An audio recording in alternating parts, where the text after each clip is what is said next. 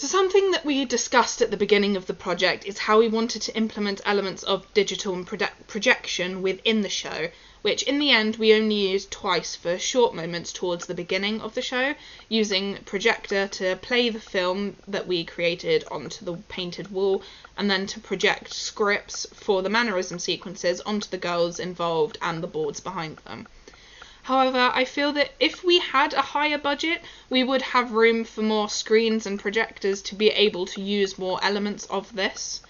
So looking at a show like Dear Evan Hansen, they use huge screens all across their stage to display their virtual choir and social media posts, which are all an integral part of the story.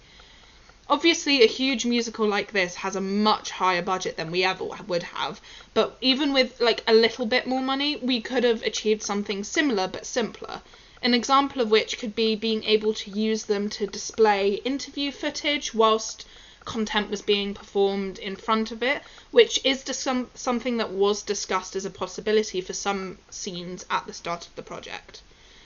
Based on the fact that our content was created through verbatim style interviews, so it was our own simplistic content, this is currently the only idea I have about how we could improve with a higher budget.